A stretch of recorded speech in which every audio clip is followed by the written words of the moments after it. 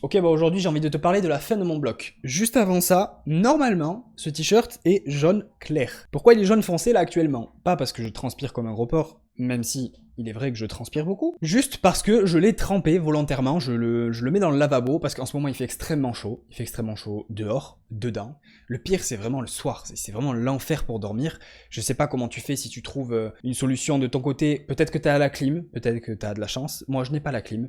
Du coup, je trempe un t-shirt, littéralement je le trempe complètement. Je les sors, parce que j'ai pas envie d'avoir non plus toute l'eau sur moi, et je me le mets dessus. Et du coup, j'ai un t-shirt mouillé dessus, et je me mets en plus de ça le ventilo sur la gueule. Donc ça me fait vraiment de l'air frais, du coup, vu que le t-shirt est frais. Pour le moment, je ne tombe pas malade avec ça. C'était quelque chose que je faisais déjà avant, peut-être il y a 2-3 ans. Et ça faisait un moment que je l'avais pas fait, et là j'ai dû sortir le jutsu interdit parce que il fait trop chaud en fait, c'est juste l'enfer. J'ai l'impression d'être dans un sauna dans mon bureau, donc voilà. Maintenant, pour la vidéo, ce qu'on va faire c'est que je vais te parler de ma fin de bloc, des formats que j'ai fait et que j'ai loupé. Là c'est vraiment un bloc de retour de vacances. J'étais en vacances jusqu'à mi-juillet je dirais, donc de début juillet à mi-juillet, pendant 2 semaines, j'ai fait 2 entraînements en 2 semaines, donc 1 par semaine, et ensuite j'ai recommencé directement un nouveau bloc pour faire un bloc de 4 semaines, et là je viens de le terminer. Donc j'avais différents objectifs sur les mouvements. De base, je m'étais dit je vais faire 215 au squat, x3 hein, je précise. Je voulais reprendre ma revanche sur 160 x 2 au bench parce que je l'ai tenté sur le dernier bloc juste avant de partir en vacances et je l'ai loupé, j'ai loupé la deuxième rep. Je pense que c'était un manque de force. Donc je voulais prendre ma revanche là-dessus, et des singles ça fait longtemps que j'en ai pas fait, mais j'avais pas vraiment envie d'en faire directement en revenant de vacances. J'allais trop me comparer à ma 170 et du coup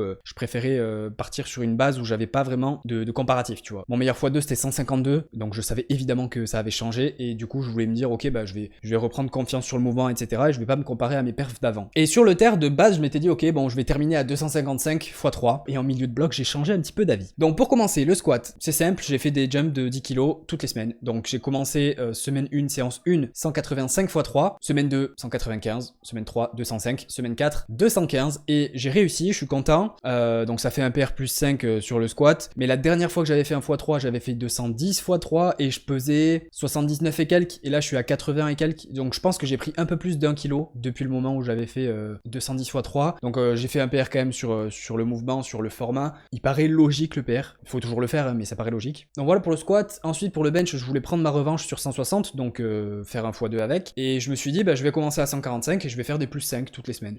Donc il s'avère que le doublé était difficile toutes les semaines. Semaine 1 RPE8, semaine 2 RPE8,5 9 à 150, semaine 3 RPE9 à 155, et semaine 4 RPE 9,5, peut-être 10 à 160. Mais c'était tout le temps très dur, et j'ai l'impression que j'étais de plus en plus à l'aise au fur et à mesure du bloc, en même temps que la difficulté a augmenté en fait. Et c'est parce que au niveau du leg drive, j'étais devenu feignant en fait, parce que pour que je sois à l'aise sur mon leg drive, il faut que j'ai les slippers, que j'humidifie le dessous de mes slippers avant chacune des séries, parce que sinon ça n'accroche pas suffisamment, que j'ai un tapis au pied, et que sur ce tapis il y ait un halter, pour pas que le tapis glisse, parce que si j'ai le tapis sans l'halter, je pousse tellement dans le sol qu'en fait le tapis glisse. Donc il faut vraiment plein de trucs, et j'étais feignant là-dessus, et je me disais bon bah c'est bon, flemme de tout le temps installer le truc à chaque fois. Du coup c'est pour ça que sur mes premières semaines c'était super dur, parce qu'en fait j'étais juste un gros feignant, et je faisais pas ce qu'il fallait que je fasse pour me sentir bien. Et quand ça commençait à devenir vraiment lourd, et que je me disais bon si je continue de faire le feignant en fait je vais juste pas réussir ce que je veux faire, bah du coup là je l'ai fait correctement, et c'est passé. Vraiment plutôt content de la 160. J'avais jamais fait plus d'une rep à 160, donc c'est plutôt cool. Avec un max à 170 tu peux te dire ouais mais c'est pas si ouf 160 x 2, mais quand même je suis content de la perf. Je banalise 160. En début d'année 160 c'était encore une barre qui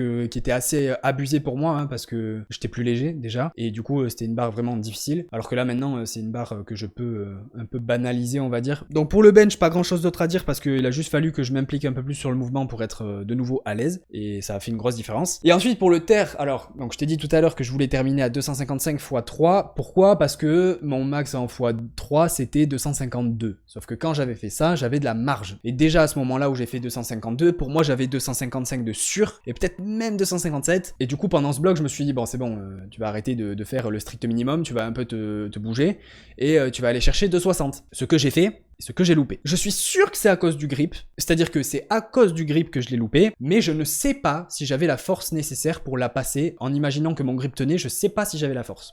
On le saura jamais. J'en ai marre d'avoir un grip de gros faible, ça me saoule, donc là je vais le matraquer, vraiment. Je veux plus le louper à cause de ça, ça m'énerve, c'est frustrant, ça me permet pas de tirer de vraies conclusions sur mon mouvement, tu vois. Et là, j'étais trop à l'aise sur le terre. En gros, j'ai commencé à 2,25 pour pouvoir faire 2,25, 2,35, 2,45, 2,55. Sauf que j'ai fait 2,25 en semaine 1, et après j'ai fait 2,40 en semaine 2. Là, je me suis dit, bon, tu t'es un peu mis au pied du mur tout seul, donc là, tu vas assumer. 2,50 en semaine 3, elle était un poil dure, vraiment, c'était un poil dur. Mais je savais qu'il y avait de la fatigue de la semaine, parce que généralement, la dernière semaine de bloc, pour que mon terre se sente un poil mieux, j'ai tendance à un peu changer les variables, c'est-à-dire que je vais avoir un tout petit peu moins de volume de travail, un tout petit peu moins d'intensité sur le terre spécifiquement. Sur le squat, l'intensité en termes de charge absolue, elle était la plus élevée sur les back-off, mais j'avais quand même un tout petit peu moins de volume de travail, j'avais une série en moins par séance au squat. J'aime bien faire ça parce que ça me permet de tenir la fin du bloc, de vraiment me sentir bien physiquement, et de pas avoir de douleur au dos, parce que j'ai recommencé à en avoir un tout petit peu juste après le squat, mais je pense pas que c'était que à cause du squat. Et je voulais pas que ces douleurs s'installent, tu vois, et qu'elles me gênent de plus en plus au fur et à mesure des blocs. Donc je veux vraiment moduler ce stress-là à la fin du bloc, à la 4e semaine, pour me sentir bien sur mon terre. Et je me sentais bien en fait, je me sentais vraiment en forme, et genre j'ai passé 2,40 en last warm-up,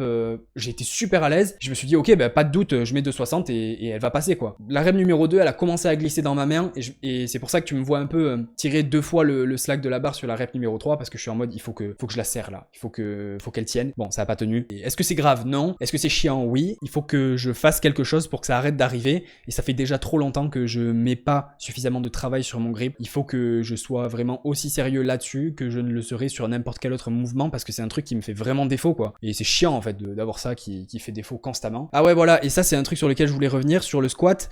J'ai fait mon top 7 à 2,15 x 3 lundi, donc début de semaine 4, parce que j'ai mon squat, mon gros squat le lundi et mon gros terre le vendredi, et mon gros bench le vendredi aussi. Du coup mon bloc se termine en début de semaine 4 au squat, alors qu'il se termine en fin de semaine 4 pour le bench et pour le terre. Pourquoi je fais ça? Parce qu'en fait le top 7 au squat, il a tendance à me faire un peu mal au dos, les back-off derrière accentuent ça, et en fait je veux pas arriver sur mon terre avec des douleurs au dos qui sont induites par le top 7 au squat plus les back-off qui sont juste derrière, alors que si jamais je fais une compétition, il y aura juste un single, et j'ai déjà fait des compètes et ça me pose jamais problème en compétition, parce que c'est vraiment le volume de travail qui me pose problème au squat, qui va avoir tendance à un peu irriter mon bas du dos. Vu que j'ai ça à l'entraînement, j'essaye de dispatcher un peu les jours pour gérer le stress d'une certaine manière quoi. Donc je fais mon top 7 le lundi à 2,15 au squat, et juste après, étant donné que c'était un RPE 9,5 quand même, mais bon, c'est du volume supplémentaire, le dos il commence à fatiguer et tout. Ensuite je fais mon bench, et ensuite j'ai du terre tradi ce jour-là, le lundi. Et là par contre, j'ai vraiment eu l'impression que j'allais me faire mal en fait. Et ça m'inquiète pas plus que ça, parce que encore une fois, j'arrive à les gérer, c'est-à-dire que si jamais je fais une séance tranquille quand je sens que j'ai ces douleurs-là, après ça part très vite. Et là par exemple, tu vois, on est en début de bloc, lundi j'ai fait ma séance, et je me suis senti très bien, j'ai pas eu de douleur particulière. Au début ça tirait un petit peu, mais j'ai fait mon tradi, je me sentais super bien, et là aujourd'hui je me sens nickel aussi.